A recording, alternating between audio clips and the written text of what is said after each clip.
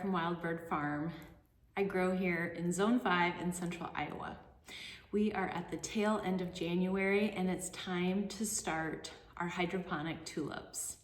Now I have several of these hydroponic trays, so I'll be starting several groups of these so we can have tulips hopefully from early March all the way until the field tulips are blooming. But I wanted to bring you along today just to quickly show you how I get them started. I did do a full series on hydroponic tulips last year when I started them. So go to my channel and search for that playlist. There's several videos there and that'll probably give more detail. But today we're gonna jump in. For this first round, I'm just doing a couple trays and I have two different varieties. Both of them are singles. Last year I grew a lot of doubles. I'm doing some singles here for the early successions. I have one called Flaming Flag, which is a single tulip, purple and white. Isn't it just gorgeous? I haven't grown this one before. And then I also have Candy Prince. And that is going to be what I believe is a pale lavender. So I think if these bloom at the same time, they'll be beautiful together, but I think bouquets could stand on their own as well. And that's one thing I learned last year. I was trying to coordinate Valentine blooms and have a white, a pink, and a red. And they ended up blooming at different times and the colors were a little different than what I expected. So just be prepared that you may have to play around with things and you might not have everything blooming at the exact same time.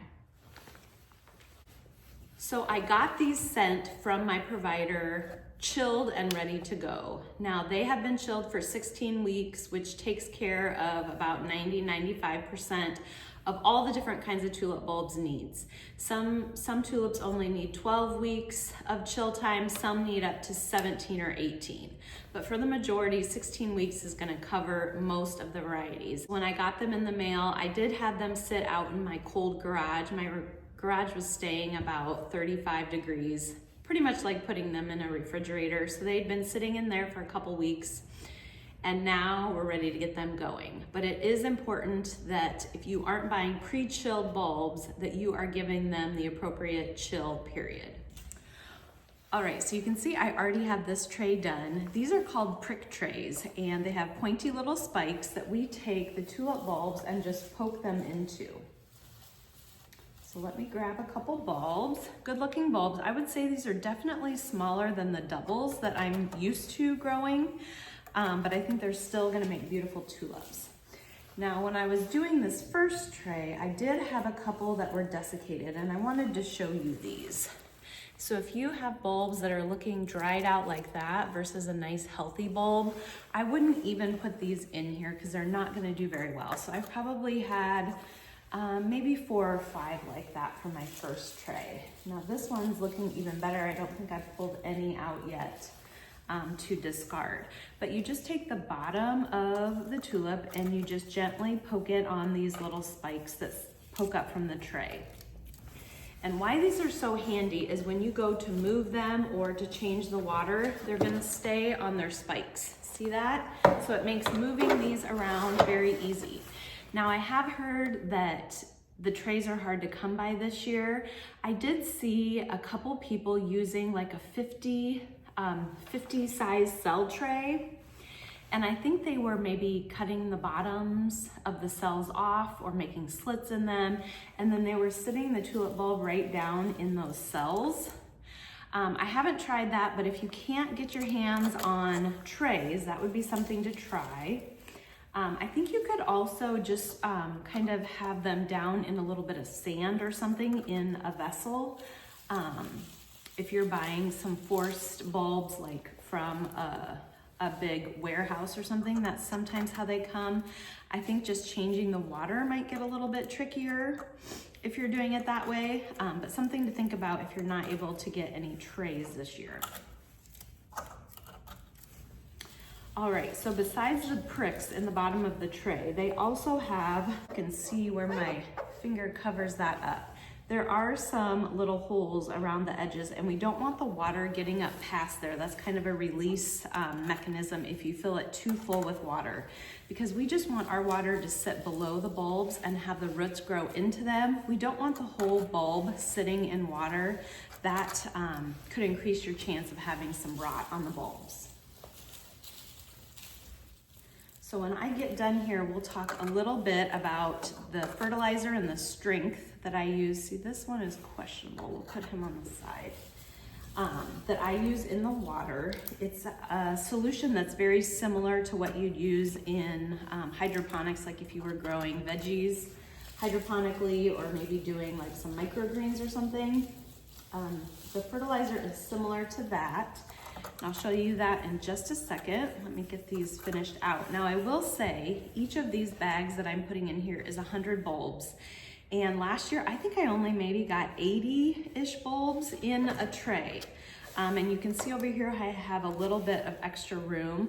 Now, there are quadrants. So in this tray, I don't have any bulbs in this last quadrant, so I won't have to fill that up with water. The water will stay in the other 4 or 5 quadrants. It is helpful to have a little bit of open space when you're handling them, when you're pouring the water out and putting fresh in. But definitely, if I was doing another set of bulbs, I would fill this up completely.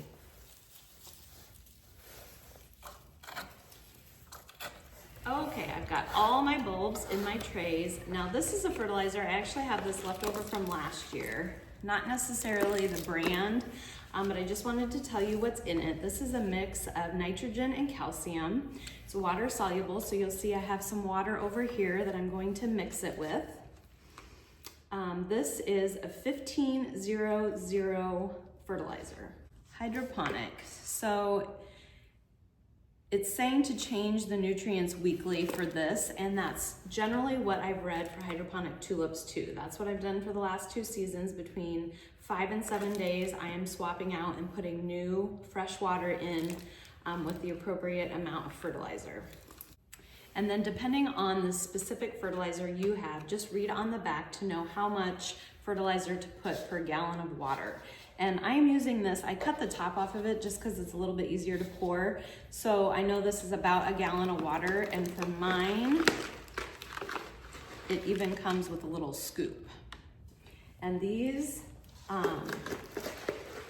dissolve in the water pretty quickly. For mine, I'm doing 3 scoops per gallon, and I'm just gonna fill up, see if I can do this without spilling, a little bit more water. I had to carry this out here from the house to get it a little bit closer to a gallon. All right, we're gonna give it just a minute for those granules to dissolve, and then I will pour that in here. And again, just filling this up to just under the tulip bulbs, somewhere where the roots can grow down in and get the nutrients, but not that the bulbs are sitting in the water. Now, after I have that done, I cover them so it's dark.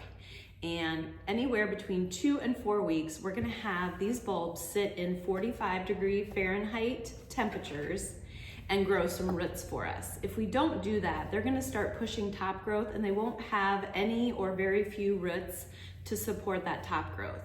So I shoot for 2 to 3 weeks because I think the longer they're in the solution, maybe the less robust you're going to get as far as a bloom. But I'm gonna shoot for 2 to 3 weeks in the dark, 45 degrees, to let them get some root development going. And I'm gonna bring them out into a cool room. Where we're at right now, it's about 50 degrees. I'm gonna keep it hopefully between 50 and 60 and let those grow on a nice cool temperature. And before you know it, we will see buds. It just takes, after you have the roots developed and you put them under grow lights, it just takes about 3 weeks before we're seeing the blooms. So it's pretty amazing how quickly these bloom if you do it appropriately. Forgot to turn the camera on for my first pour. So I'm just finishing up, pouring the water. So it's going to sit near the bottom of the tulips, but they aren't sitting in water. And again, these trays do have an overflow mechanism with those little holes.